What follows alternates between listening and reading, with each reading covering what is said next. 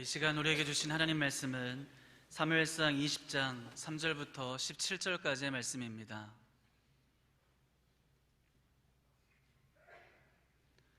이 시간 우리에게 주신 하나님 말씀은 사무엘상 20장 3절부터 17절까지의 말씀입니다.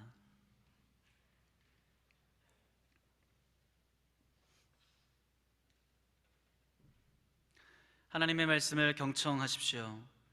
다윗이 또 맹세하여 이르되 내가 내게 은혜 받을 줄을 내 아버지께서 밝히 알고 스스로 이르기를 요나단이 슬퍼할까 두려운즉 그에게 이것을 알리지 아니하리라 함이니라. 그러나 진실로 여호와의 살아계심과 내 생명을 두고 맹세하노니 나와 죽음 사이는 한 걸음뿐이니라. 요나단이 다윗에게 이르되 내 마음의 소원이 무엇이든지 내가 너를 위하여 그것을 이루리라. 다윗이 요나단에게 이르되 내일은 초하루인즉 내가 마땅히 왕을 모시고 앉아 식사를 하여야 할 것이나 나를 보내어 셋째 날 저녁까지 들에 숨게 하고 내 아버지께서 만일 나에 대하여 자세히 묻거든 그때에 너는 말하기를 다윗이 자기 성읍 베들레헴으로 급히 가기를 내게 허락하라 간청하였사오니 이는 온 가족을 위하여 거기서 매년 제를 드릴 때가 되민이라 하라. 그의 말이 좋다 하면 내 종이 편안하려니와 그가 만일 노하면 나를 해하려고 결심한 줄을 알지니 그런즉 바라건대 내 종에게 인자하게 행하라. 내가 내 종에게 여호와 앞에서 너와 맹약하게 하였음이니라. 그러나 내게 죄악이 있으면 내가 친히 나를 죽이라. 나를 내 아버지에게로 데려갈 이유가 무엇이냐 하니라. 요나단이 이르되 이 일이 결코 내게 일어나지 아니하리라. 내 아버지께서 너를 해치려 확실히 결심한 줄 알면 내가 내게 와서 그것을 내게 이르지 아니하겠느냐 하니 다윗이 요나단에게 이르되 내 아버지께서 혹 엄하게 내게 대답하면 누가 그것을 내게 알리겠느냐 하더라. 요나단이 다윗에게 이르되 오라 우리가 들로 가자 하고 두 사람이 들로 가니라. 요나단이 다윗에게 이르되 이스라엘의 하나님 여호와께서 증언하시거니와 내가 내일이나 모레 이맘때에 내 아버지를 살펴서 너 다윗에게 대한 의향이 선하면 내가 사람을 보내어 내게 알리지 않겠느냐. 그러나 만일 내 아버지께서 너를 해치려 하는데도 내가 이 일을 내게 알려주어 너를 보내어 평안히 가게 하지 아니하면 여호와께서 나 요나단에게 벌을 내리시고 또 내리시기를 원하노라. 여호와께서 내 아버지와 함께 하신 것 같이 너와 함께 하시기를 원하노니 너는 내가 사는 날 동안에 여호와의 인자하심을 내게 베풀어서 나를 죽지 않게 할 뿐 아니라 여호와께서 너 다윗의 대적들을 지면에서 다 끊어버리신 때에도 너는 내 인자함을 내 집에서 영원히 끊어버리지 말라 하고 이에 요나단이 다윗의 집과 언약하기를 여호와께서는 다윗의 대적들을 치실지어다 하니라. 다윗에 대한 요나단의 사랑이 그를 다시 맹세하게 하였으니 이는 자기 생명을 사랑함 같이 그를 사랑함이었더라. 이것은 하나님의 말씀입니다. 아멘. 오늘은 청년의 신앙 네 번째 시간 자기 생명처럼 사랑하는 사람이란 제목으로 하나님 말씀을 나누겠습니다. 저는 어릴 때 설날이 되면 명절이 되면 할아버지 댁에 갔습니다. 저희 할아버지 집 마당은 그래도 차가 몇 대 정도는 될 수 있는 조금 넓은 마당이 있었습니다. 작은 아버지들하고 다들 이렇게 가족들이 모이면 제가 어릴 때는 버스를 타고 다들 갔는데요. 시간이 지나니까 점점 자가용이 이렇게 보편화되면서 차를 한 대씩 가지고 오기 시작했습니다. 마당에 전부 다 차를 이렇게 되었죠. 그런데 어느 해에 저희 작은아버지 중에 한 사업을 하시는 작은아버지가 평소에는 많이 못 봤던 그랜땡이라고 하는 자동차를 가지고 오셨습니다. 저희 집의 첫 차는 프라이땡이었거든요. 그런데 그 차를 가지고 딱 차를 댔는데 몇 대가 차를 댔는데 그 차가 되게 고급스러운 차 아니었습니까? 그래서 다들 이렇게 구경을 했죠. 야, 차가 참 좋구나. 이런 차가 이렇게 있구나. 가까이서 보는구나. 타보기도 하고 그랬습니다. 근데 몇 해가 지나서 대부분 작은아버지들의 차가 중형차 이상의 좋은 차들이 되었습니다. 근데 그 사이에 처음에 좋은 차를 가져왔던 그 작은아버지의 차는 외제차로 바뀌어 있었습니다. 우리는 또 봤습니다. 야, 차가 좋구나. 이게 외제차구나. 이런 것들을 보게 되었습니다. 여러분, 명절에 가족들이 모이면 사실은 모두 즐겁고 반갑기도 하지만 보이지 않는 부러움, 비교, 경쟁, 그런 것들이 우리의 안에 살고 있는지도 모르겠다, 이런 생각을 하게 되었습니다. 김수현 씨의 나는 나로 살기로 했다라고 하는 책이 있습니다. 여기에 보면 인생에서 숫자를 지울 것이라고 하는 이야기를 하고 있습니다. 자, 인생에서 숫자를 지워라 그러면서 인터넷에 있었던 나라별 중산층에 대한 이야기를 합니다. 자, 영국 사람들이 생각하는 중산층이라고 하는 건 이런 개념이라는 거죠. 페어 플레이를 할 것, 자신의 주장과 신념을 가질 것, 나만의 독선을 지니지 말 것, 약자를 두둔하고 강자에 대응할 것, 불의, 불평, 불법의 의연히 대처할 것. 그러면 뭐냐? 중산층이다, 이렇게 생각한다는 겁니다. 아, 그렇다. 그렇지. 자, 프랑스의 상황은 어떨까요? 프랑스는 삶의 질에 대한 것에 대해서 이렇게 말합니다.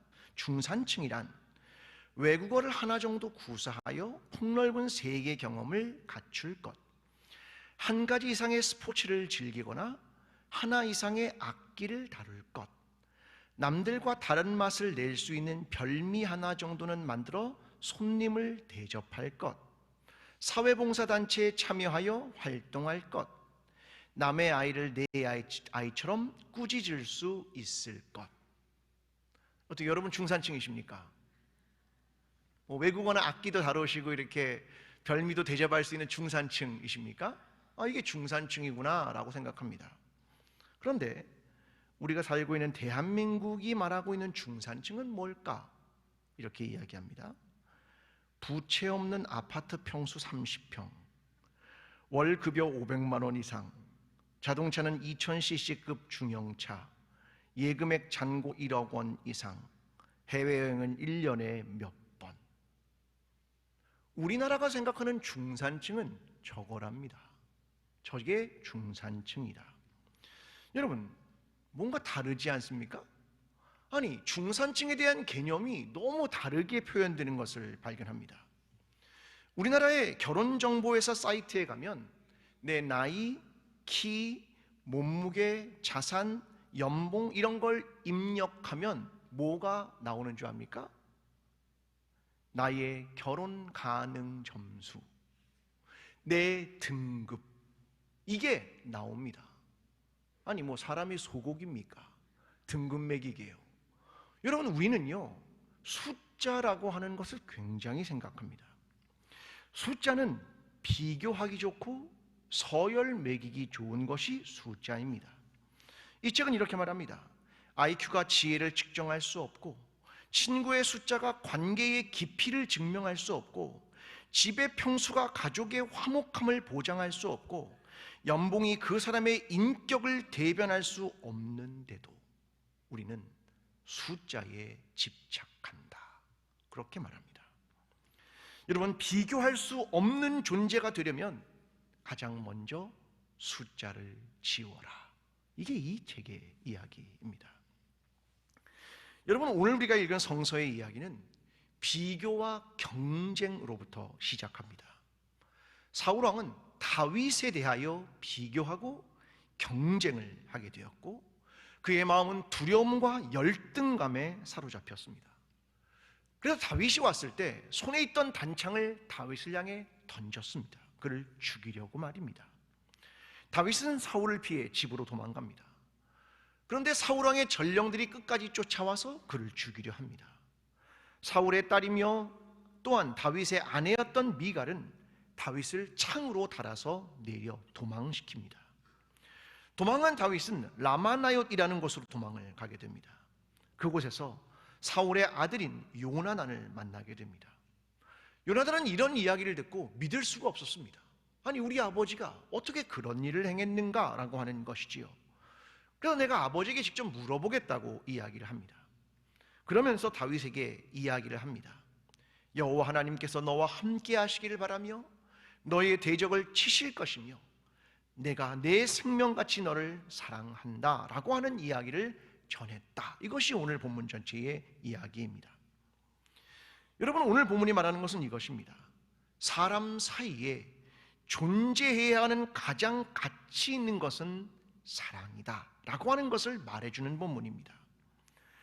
오늘 성경이 말하는 사랑이란 혈연이 아니다. 그 사랑이란 이해관계도 아니다.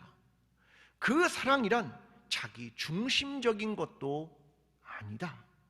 사랑이란 뛰어넘는 것이다. 혈연을 뛰어넘고 자기의 이익을 뛰어넘고 자기 중심성을 뛰어넘고 자기 생명처럼 사랑하는 것, 그것이 진정한 사랑이다. 이것을 말하는 것이 오늘 본문의 이야기입니다.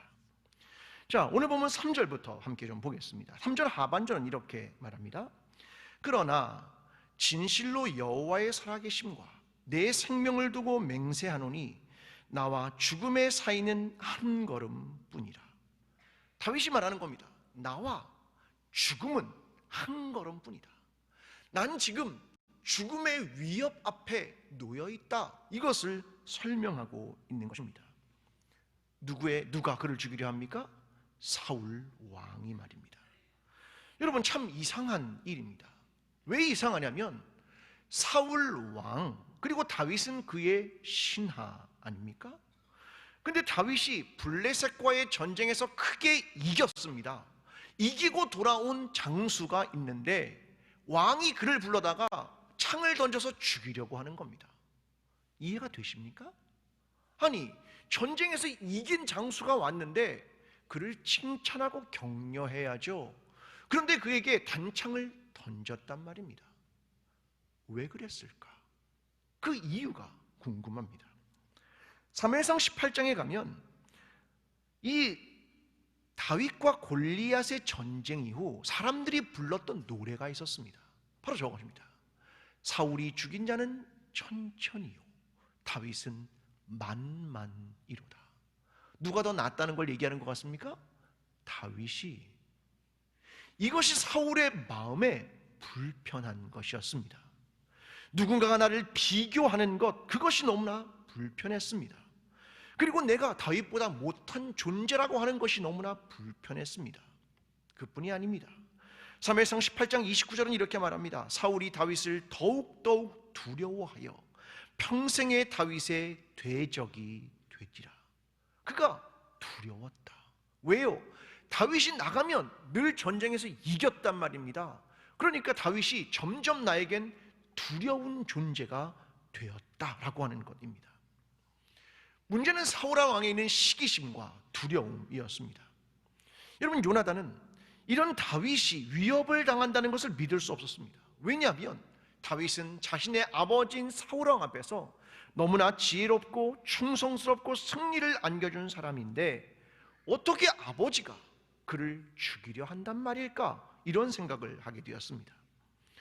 그래서 오늘 5절과 6절은 이렇게 말합니다. 다윗이 요나단에게 이르되 내일은 초하루인즉 내가 마땅히 왕을 모시고 앉아 식사를 하여야 할 것이나 나를 보내어 셋째 날 저녁까지 들에 숨어 있게 하고 내 아버지께서 만일 나에 대하여 자세히 묻거든 그때에 너는 말하기를 다윗이 자기 성읍 베들레헴으로 급히 가기를 내게 허락하라 간청하여 싸우니 이는 온 가족을 위하여 매년제를 드릴 때가 됨이니라 하라.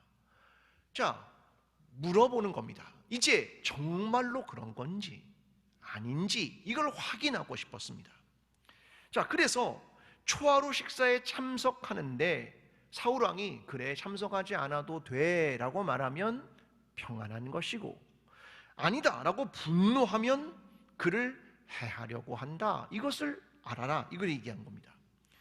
왜냐하면 당시에 초하루는 월삭이라고 해서 매달의 첫째 날과 둘째 날 이틀간 축제를 했습니다. 근데 다윗이 며칠간 자리를 비웁니까? 3일 동안. 자, 그러면서 그 이틀 동안 왜 없는지를 왕이 물어보겠다 라고 하는 걸 그들이 추측하고 이야기를 지금 하고 있는 겁니다. 그래야 다윗이 왜 빠졌는지에 대해서 그에 대해서 이해할 수 있기 때문입니다. 여러분, 사실 이건 되게 이해가 안 되는 부분입니다. 왜 그러냐면 다윗과 사울 왕의 비교와 열등감, 그 사이에 있는 이것은 잘 이해가 안 됩니다. 왜냐하면 사울이 왕이고 다윗은 군대 장관입니다. 이 말은 주종관계라는 말입니다. 왕과 신하 말입니다. 심지어 8절에 봐도 이렇게 말합니다. 내 종에게 인자하게 행하라. 이 말은 무슨 말이냐면 요나단 당신이 왕자고 나는 신하입니다. 난 당신의 종이에요. 이 이야기를 하고 있는 거란 말입니다. 아니 어떻게 높은 자리에 있는 왕이 낮은 자리에 있는 신하에게 시기와 열등감을 가질 수 있을까? 이게 되게 궁금한 내용입니다. 여러분, 비교의식이란 모든 인간이 가지고 있는 겁니다. 예를 들어 볼까요? 신약에 베드로가 디베라 바닷가에서 부활하신 주님을 만났습니다. 주님은 그에게 이렇게 말합니다. 내가 너에게 소명을 준다. 내 양을 먹이라. 내 양을 치라. 내 어린 양을 먹이라. 이 소명을 주셨습니다. 그때 베드로의 첫 번째 질문이 있습니다. 여러분, 어떤 걸로 예수님께 질문했다고 생각합니까? 주님, 내 소명이 정말 무엇입니까? 이런 질문이어야 하지 않습니까? 근데 베드로가 한 첫 번째 질문은 이겁니다. 주님, 이 사람은 어떻게 되겠습니까? 누굴 가리킨 거냐면 요한을 가리킨 겁니다. 아니, 이 사람은 어떻게 되겠습니까? 아니, 지금 베드로의 소명을 말하고 있는데 요한은 어떻게 되느냐고 물어보는 겁니다. 왜요? 비교하는 겁니다. 그때 주님이 요한복음 21장에서 이렇게 말합니다. 내가 올 때까지 그를 머물게 하고자 할지라도 내게 무슨 상관이냐? 너는 나를 따르라. 내가 요한을 어떻게 하든 너 무슨 상관이냐는 겁니다. 근데 베드로의 마음에 뭐가 있었습니까? 비교의식입니다. 여러분, 이러한 비교, 이런 경쟁은 사회적 위치와 소유를 넘어서는 겁니다. 머릿속에 끝없는 숫자와 순위와 처지와 소유를 비교하는 일, 이것은 열등감을 만들게 되는 겁니다. 이것은 가족 안에서도 똑같이 나타난단 말입니다. 여러분, 북유럽 국가들이 말하는 휘게라고 하는 단어가 있습니다. 자, 이건 행복을 말할 때 쓰는 단어거든요. 따뜻하고 편안한 마음의 상태를 의미하는 겁니다. 자, 이들은 자연에서 많은 시간을 보내고 집에 돌아와 저녁 식사를 가족이 함께하고 촛불 하나를 켜놓고 배우자와 이런 얘기 저런 얘기를 하고 또 산책을 나갑니다. 이들은 이것이 행복하다라고 여긴다는 겁니다. 이게 북유럽 사람들의 행복입니다. 근데 우리나라의 많은 사람들은 북유럽으로 가고 싶어 합니다. 왜요? 행복하다니까. 그러면서 머리에 뭘 떠오르냐면 이렇게 떠오릅니다. 저 나라들은 세계 행복 리포트 5위 안에 드는 나라야. 우리는 행복을 뭘로 바꿨습니까? 숫자. 5위 안에 들어. 이게 우리의 생각이라는 겁니다. 여러분, 행복이란 대단히 주관적인 감정입니다. 여러분, 그들이 행복한 이유는 더 풍요롭기 때문이라고 생각합니까? 아니요. 대단히 검소하게 살아갑니다. 임금 대비 집값이 세계에서 가장 높은 나라들이 그런 나라들입니다. 그런데 그들은 행복하다는 겁니다. 왜요? 그것은 대단히 주관적인 감정이고 아주 작은 것에 만족하기 때문입니다. 성경은 우리에게 말합니다. 내가 궁핍함으로 말하는 것이 아니니라. 어떠한 형편에든지 나는 자족하기를 배웠노니 나는 비천에 처할 줄도 알고 풍부에 처할 줄도 알아. 모든 일 곧 배부름과 배고픔과 풍부와 궁핍에도 처할 줄 아는 일체의 비결을 배웠노라. 이것이 빌립보서의 이야기입니다. 여러분, 세상은 끊임없이 비교하라, 경쟁하라, 이기라, 이런 이야기를 던져줍니다. 그러나 성경은 내가 나보다 남을 낮게 여기고 비천에 처할 줄도 알고 풍부에 처할 줄도 아는 자유함을 가져라, 이렇게 성경이 우리에게 말하는 겁니다. 오늘 저와 여러분의 삶이 비교와 경쟁, 이기심과 열등감을 십자가에 못 박고 나에게 가족을 주시고 나에게 일용할 양식을 주시고 나 같은 죄인을 있는 그대로 받아주시고 우리를 구원해 주신 하나님께 감사하며 살아가는 저와 여러분의 삶이 되기를 간절히 기도합니다. 여러분, 다윗과 요나단이 사람들이 없는 들이라는 공간으로 나가서 이제 대화를 시작합니다. 오늘 본문은 그 대화의 내용이 가장 길게 나타납니다. 여러분, 오늘 성경을 읽으면서 가장 많이 등장하는 사람의 이름, 어떤 이름 한 단어를 보셨습니까? 어떤 단어가 제일 많이 등장하십니까?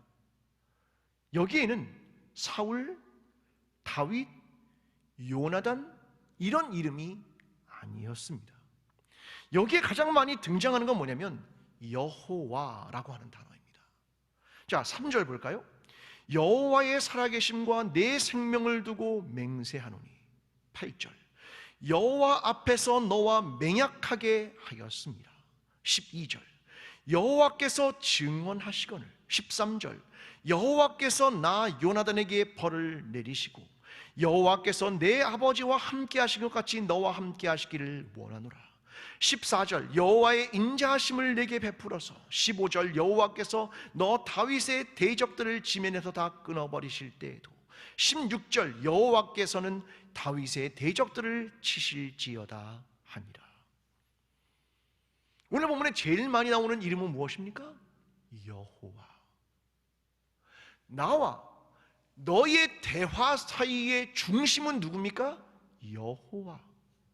그 하나님이 우리와 함께 하실 것이고, 그 하나님이 증인 되실 것이고, 그 하나님이 인자를 베푸실 것이고, 그 하나님이 너의 대적을 치실 것이다.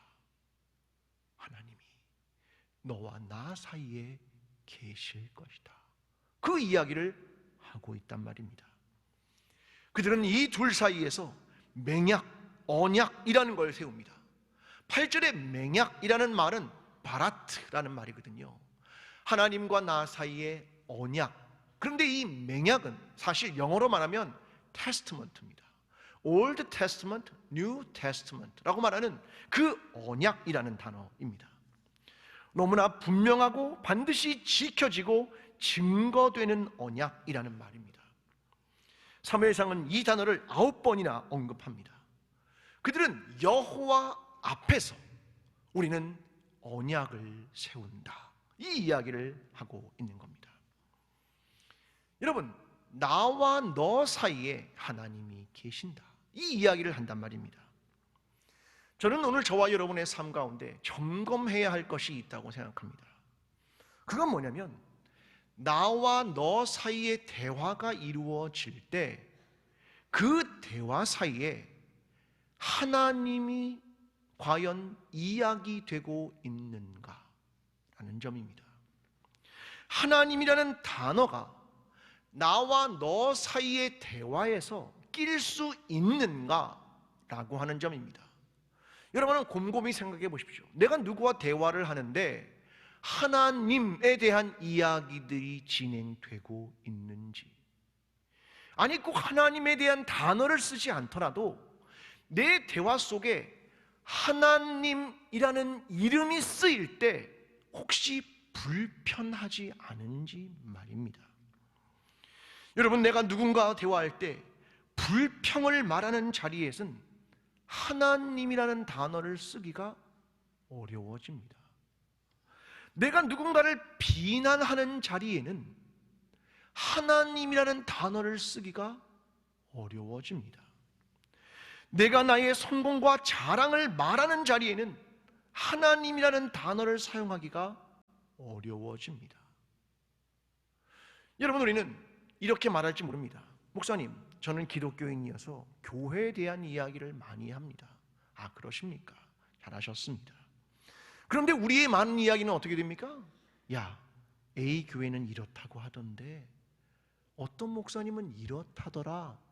이런 이야기들이 주류를 이루고 있는 것은 아닙니까? 기독교인들의 이야기 같지만 그 내용 가운데 하나님이라는 이야기가 들어가면 불편해지지 않느냐라고 하는 말입니다. 우리 사이의 대화에는 하나님의 역사와 그의 인도하심과 하나님의 회복시키신 하나님의 이야기가 사라지고 있는 것은 아닙니까? 명절이 되면 가족 사이에 안부를 묻습니다. 오랜만에 본 사람들에게 이렇게 묻죠. 어느 대학 갔니? 취업은? 결혼은? 이게 뭘 말하는 겁니까? 상황을 파악하는 겁니다. 근데 그 이야기 속에 뭐가 있냐면 늘 다른 걸 객관화하고요, 타자화해버립니다. 나는 조언과 충고를 아끼지 않습니다. 근데 거기에 뭐가 사라져 있는 줄 압니까? 내가 그 상황과 아픔에 대한 공감, 이해, 격려, 그건 사라져버린단 말입니다. 여러분, 과연 하나님이라는 이름이 그 대화에 대입될 때 불편하다면 내 이야기는 뭔가 잘못되고 있는 것입니다. 하나님은 우리의 대화와 삶 속에 중심에 거하고 싶어 하십니다. 그런데 우리의 많은 대화 속에는 하나님의 자리가 없다는 겁니다. 여러분, 하나님의 자리란 이스라엘에 대해서 동정해주고 기다려주고 격려해주고 돌봐주고 아껴주는 겁니다. 여러분, 가족이라는 이름만으로 가족이 된다고 생각합니까? 그리스도인이라는 이름만으로 그리스도인이 되는 것이 아닙니다. 그 중심에 무엇이 있느냐, 그것이 핵심입니다. 여러분에게 영화 한 편을 소개하려고 합니다. 2013년에 개봉된 고레이다 히로카즈 감독의 그렇게 아버지가 된다라고 하는 영화입니다. 기회가 되시면 꼭 한번 보기를 추천해 드립니다. 이 이야기는 이렇습니다. 어느 날 병원에서 전화 한 통이 걸려옵니다. 아들을 낳았던 산부인과에서 걸려온 전화는 아들이 바뀌었다라고 하는 전화였습니다. 성공한 엘리트 회사원이었던, 그리고 일벌레였던 류타는 6년 동안이나 키웠던 케이타가 자기의 아들이 아니라는 소식을 듣고 충격을 받게 됩니다. 자녀가 바뀐 것을 이 두 부부가 알게 되면서 병원의 주선으로 둘이 만나게 됩니다. 그들은 다시 자녀들을 본래의 자리로 되돌리기 위해서 두 가정이 함께 시간을 보내고 아이들끼리 친구가 되게 하고 주말이면 아이들을 바꿔서 재우게 됩니다. 시간이 지나서 아이를 상대편으로의 가정으로 돌려보냅니다. 그런데 6년 동안이나 함께 살았던 케이타가 적응을 못합니다. 어느 날 아버지 류타가 우연히 옛날 사진을 보면서 6년 동안 키웠던 케이타에 대한 생각이 들었습니다. 자신의 본래 아들, 내 혈연이 나와 이제 함께 살게 되었습니다. 그런데 6년 동안이나 함께 했던 케이타를 잊을 수가 없는 겁니다. 다시 케이타에게 찾아갑니다. 케이타는 류타에게서 도망갑니다. 아버지가 나를 버렸다는 상처가 너무 컸습니다. 류타는 먼 길에서 케이타를 따라가며 용서를 구하며 서로가 함께 껴안고 영화가 마쳐지게 됩니다. 이 영화가 보여주는 내용이 있습니다. 아버지가 되는 것이란 혈연 때문이 아니다. 아버지가 되는 것이란 사랑 때문이다. 그것을 보여주는 영화입니다. 그래서 제목이 그렇게 아버지가 된다입니다. 이 영화가 보여주는 건 이겁니다. 본질을 잃어버려선 안 된다. 가족이란 사랑의 본질 없이 가족이라 말할 수 있는가? 그리스도인이란 하나님 없이 신앙을 말할 수 있는가? 그것을 우리에게 들려주는 것입니다.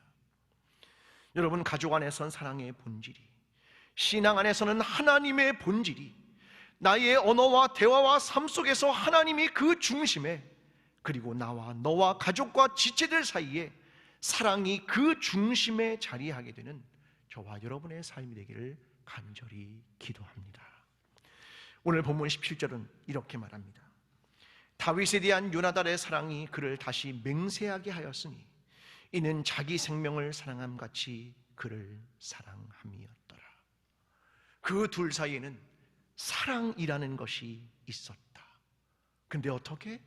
자기 생명을 사랑함 같이 사랑했다는 겁니다. 오늘 요나단과 다윗은 주종관계입니다. 그런데 오늘 그 사랑은 수평적인 언약에 대한 이야기를 합니다. 왕과 신하의 주종관계의 언약이나 사랑이 아니라 도울 수 있는 자와 도움이 절실한 자의 구도가 존재하지 않습니다. 그들은 친구로서 사랑을 하게 되었다. 그 이야기를 들려주는 겁니다.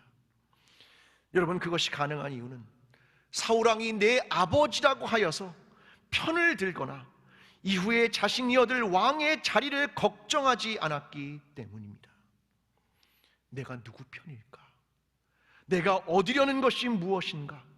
그것을 내려놓을 때 우리는 수평적인 친구가 가지고 있는 사랑을 행할 수 있는 것입니다. 사무엘상 18장은 이렇게 말합니다. 요나단은 다윗을 자기 생명같이 사랑하여 더불어 언약을 맺었으며 요나단이 자기가 입었던 겉옷을 벗어 다윗에게 주었고 자기의 군복과 칼과 활과 띠도 그리하였더라. 그는 자기가 가지고 있는 모든 것을 다윗에게 주었습니다. 이 왕자인 요나단의 내려놓음이 수직적 사랑을 수평적 사랑으로 전환시키게 된 것입니다. 예수님은 요한복음 15장에서 가장 큰 사랑에 대해서 말씀하십니다. 사람이 친구를 위하여 자기 목숨을 버리면 이보다 더 큰 사랑이 없나니 너희는 내가 명하는 대로 행하면 곧 나의 친구라. 주님은 우리와 친구가 되기를 원하는 그 사랑을 직접 보이셨습니다. 십자가를 통해서 친구를 위해 목숨을 버리는 것이 무엇인지를 보이셨습니다. 사랑하는 성도 여러분, 누구와 경쟁하거나 이기려고 하거나 자기의 뜻을 관철시키는 것에는 친구가 될 수 없습니다. 자기를 내려놓는 것, 그것이 친구가 되게 하는 것입니다. 요한일서 3장 15절과 16절은 이렇게 말합니다. 그 형제를 미워하는 자마다 살인하는 자니 살인하는 자마다 영생이 그 속에 거하지 아니하는 것을 너희가 아는 바라. 그가 우리를 위하여 목숨을 버리셨으니 우리가 이로써 사랑을 알고 우리도 형제들을 위하여 목숨을 버리는 것이 마땅하니라. 주님이 우리를 위해 목숨을 버리셨다. 너희도 너희의 형제와 자매를 위하여 목숨을 버리는 것이 마땅한 사랑이다 라고 말씀하시는 것입니다. 사랑하는 성도 여러분, 청년의 신앙이란 무엇일까요? 혈연을 넘어 자기의 이익과 자리를 넘어 자기 생명처럼 사랑하는 사람이 되는 것이 아니겠습니까? 오직 예수 그리스도가 저와 여러분을 위해 자신의 생명을 내어주신 그 십자가의 사랑을 기억하며 오늘 우리도 우리의 가족과 지체와 이웃을 자기 생명처럼 사랑하며 2020년 청년의 신앙으로 두려움 없는 사랑으로 자기 생명처럼 사랑하며 살아가는 저와 여러분 광주 제1교회 공동체가 되기를 간절히 축원합니다. 사랑하는 광주 제1교회 성도 여러분, 서로 사랑하십시오. 열등감과 경쟁과 시기심을 내려놓고 서로에게 따뜻한 위로와 격려와 공감을 보이십시오. 우리 사이에 하나님께서 증인이심을, 우리 사이에 하나님의 보호와 인도하심이 있을 것임을 말하며 축복하십시오. 그리고 혈연과 이익을 넘어 자기 생명처럼 사랑하십시오. 예수 그리스도가 우리를 사랑하신 것처럼 말입니다.